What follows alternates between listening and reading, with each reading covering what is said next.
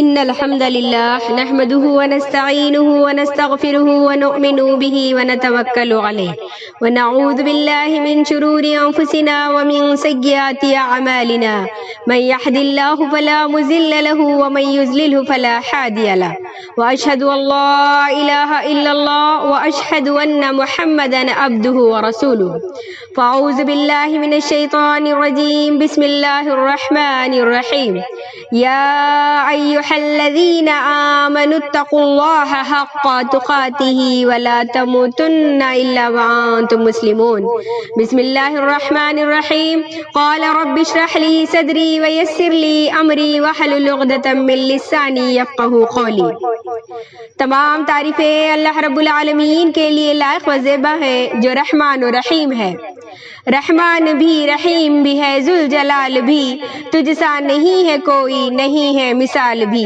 میری کہاں بساط کہ میں کر سکوں ثنا، ہے الغفور ذات تیری، تو ہے رحیم بھی۔ سبحان اللہ و بحمدہ سبحان اللہ العظیم۔ درود سلام ہو نبی محترم و مکرم پر، جس کو اللہ رب العالمین نے تمام جہاں والوں کے لیے ہادی و رہنما بنا کر مبعوث فرمایا۔ درود سلام ہو نبی محترم و مکرم پر، جس کو اللہ رب العالمین نے بشیر و نذیر بنا کر مبعوث فرمایا۔ معزز سامعات، السلام علیکم ورحمۃ اللہ وبرکاتہ۔ آج میری تقریر کا عنوان ہے ہماری ذلت و رسوائی کا ذمہ دار کون۔ یہ دنیا کی اونچی اونچی عمارتیں، ہوا کے مانند تیز چلنے والی گاڑیاں، یہ پرندوں کی طرح اڑنے والے ہوائی جہاز، یہ مچھلیوں کی طرح تیرنے والی کشتیاں، یہ تمام ترقی یافتہ دور کی نشانیاں ہیں جس میں ہر انسان اپنے آپ کو باعزت سمجھتا ہے۔ یہ وہ دور ہے جس میں قرآن و حدیث کی تعلیم اونچے پیمانے پر فراہم کی جاتی ہے۔ یہ وہ دور ہے جس میں دنیا کے ہر کونے میں اذان کی آواز گونجتی ہے۔ یہ وہ دور ہے جس میں لا الہ الا اللہ محمد رسول اللہ کے نعرے بلند ہوتے ہیں۔ لیکن پھر بھی ہماری یہ شکایت ہے کہ ہم ذلیل و خوار کیوں ہیں؟ کیوں ہمارے خونوں کو پانی کی طرح گلیوں میں بہایا جا رہا ہے؟ اور کیوں ہماری ماؤں اور بہنوں کی عزت و آبرو کے ساتھ کھلواڑ کیا جا رہا ہے؟ ان تمام خرافات کی وجہ صرف ایک ہے، اور وہ ہے قرآن حدیث کی بے حرمتی اور اس سے دوری۔ عزیز سامعات، آج ہم مسلمان قرآن و حدیث کو پڑھتے تو نہیں بلکہ اسے اپنے گھروں کی نمائش بنائے ہوئے ہیں۔ آج ہماری حالت یہ ہو گئی ہے کہ ہم نے قرآن کو صرف رمضان کے مہینے تک محدود کر رکھا ہے، جبکہ اللہ کے رسول صلی اللہ علیہ وسلم نے ارشاد فرمایا، ترکت فیکم امرین لن تضلوا ما تمسسکم بہما کتاب اللہ و سنت رسول اللہ، یعنی میں تم میں دو چیزیں چھوڑے جا رہا ہوں، اسے مضبوطی سے تھام لوگے تو کبھی گمراہ نہ ہوں گے، اور وہ ہے اللہ کی کتاب اور میری سنت۔ اور آج ہماری حالت یہ ہو گئی ہے کہ جب قرآن و حدیث کی تلاوت کی جاتی ہے تو ہم اس پر توجہ نہیں دیتے بلکہ اپنے کاموں میں اور اپنے باتوں میں مشغول رہتے ہیں، جبکہ اللہ رب العالمین نے قرآن مجید میں ارشاد فرمایا، وَإِذَا قُرِئَ الْقُرْآنُ فَاسْتَمِعُوا لَهُ وَأَنصِتُوا لَعَلَّكُمْ تُرْحَمُونَ، یعنی جب قرآن کی تلاوت کی جائے تو غور سے سنو اور خاموش رہو، شاید کہ تم پر رحم کیا جائے۔ اور آج ہم قرآن کو چھوتے ہیں تو طہارت کا لحاظ نہیں کرتے، جبکہ اللہ رب العالمین نے ارشاد فرمایا، لا يمسه الا المطہرون، کہ قرآن کو صرف پاک لوگ ہی چھوتے ہیں۔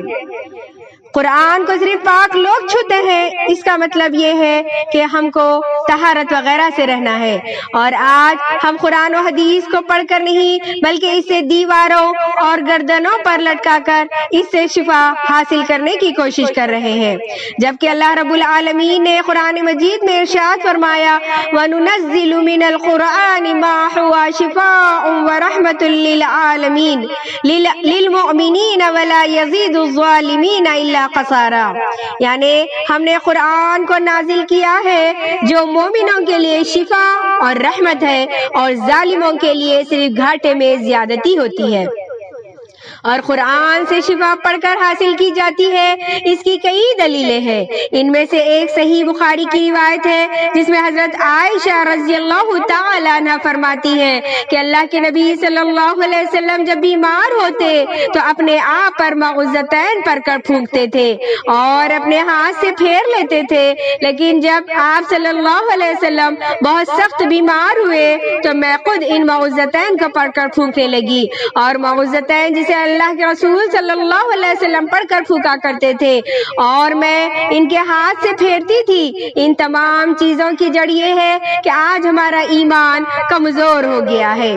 ضرورت اس بات کا تقاضا کرتی ہے کہ ہم اپنے نفس کا محاسبہ کریں اور ایسے اعمال انجام دیں جس سے ایمان میں زیادتی ہو، اور ایسے اعمال سے اجتناب کریں جس سے ایمان میں کمی ہوتی ہے۔ جیسا کہ حدیث مبارکہ میں ہے، صحابہ اکرام رضی اللہ عنہ سے ملاقات ہوئی تو آپ نے خیریت ایک دوسرے کی دریافت کی۔ حنظلہ رضی اللہ تعالیٰ عنہ کہنے لگے کہ اے اللہ کے رسول، حنظلہ منافق ہو گیا ہے۔ پھر کہا کہ جب اللہ کے رسول صلی اللہ علیہ وسلم کی مجلس میں ہوتے ہیں تو آپ کی باتیں سنتے ہیں، ہمارے ایمان کی عجیب کیفیت ہو جاتی ہے، اور جب ہم اپنے بیوی بچوں اور کاروبار میں لگ جاتے ہیں تو اس وقت ہماری ایمان کی کیفیت الگ ہو جاتی ہے۔ ابو بکر صدیق رضی اللہ تعالیٰ عنہ نے بھی فرمایا کہ میرا بھی یہی حال ہے۔ دونوں نے اللہ کے رسول صلی اللہ علیہ وسلم سے یہ حال سنایا۔ آپ صلی اللہ علیہ وسلم نے ارشاد فرمایا، اس ذات کی قسم جس کے ہاتھ میں میری جان ہے، اگر تمہاری ہمیشہ وہی حالت رہے تو میرے پاس موجود رہنے کے وقت ہوتی ہے اور ہمیشہ ذکر میں مشغول رہو تو فرشتے راستوں اور بستروں میں تم سے ملاقات کرنے لگ جائیں گے، مگر اے حنظلہ یہ کیفیت ہمیشہ نہیں رہ سکتی۔ یعنی آپ صلی اللہ علیہ وسلم نے انہیں اطمینان دلایا کہ تم سچے مومن ہو، اپنے ایمان کے معاملے میں شک کی ضرورت نہیں۔ معزز سامعین، یہ صحابہ اکرام کا جذبہ ایمان تھا کہ وہ شخص جسے اللہ کے نبی صلی اللہ علیہ وسلم نے جنت کی بشارت دے دی اور جو نبیوں کے بعد سارے انسانوں میں سب سے افضل ایسا شخص اپنے ایمان کے بارے میں اتنی سنجیدگی کا اظہار کر رہے ہیں، اور وہ ہے حضرت ابو بکر صدیق رضی اللہ تعالیٰ عنہ۔ اور ہم تو ایسے ہیں کہ پتہ ہی نہیں کہ ہم میں سے کتنے بڑے بڑے گناہ سرزد کر چکے ہیں، اور ہمیں یہ بھی پتہ نہیں کہ کب ہم پر عذاب نازل ہوگا۔ لہٰذا ہمیں چاہیے کہ ہم اپنے نفسوں کا محاسبہ کریں اور جو کچھ ہم سے گناہ سرزد ہو رہے ہیں اسے توبہ کرنی چاہیے۔ آج چاروں جانب مایوسی چھائی ہوئی ہے، مقدر فضا ہے، انسان پریشان ہے، کہیں حکومت پر برس رہے ہیں تو کہیں پولیس عملے پر ٹوٹ پڑتے ہیں، کوئی اپنی مظلومیت کی داستان سناتا ہے تو کوئی کسی کو ظالم ٹھہراتا ہے، اور حقیقت بھی یہی ہے کہ ملک میں پھیلے فسادات، بدامنی، فرقہ پرستی روز بروز بڑھتی جا رہی ہے، عیاں ہوتی جا رہی ہے۔ اس بدامنی سے یہ تاثر عام ہے کہ اقلیتی طبقات خصوصاً مسلمانوں کو ہر وقت اور پریشانی کا سامنا کرنا پڑ رہا ہے۔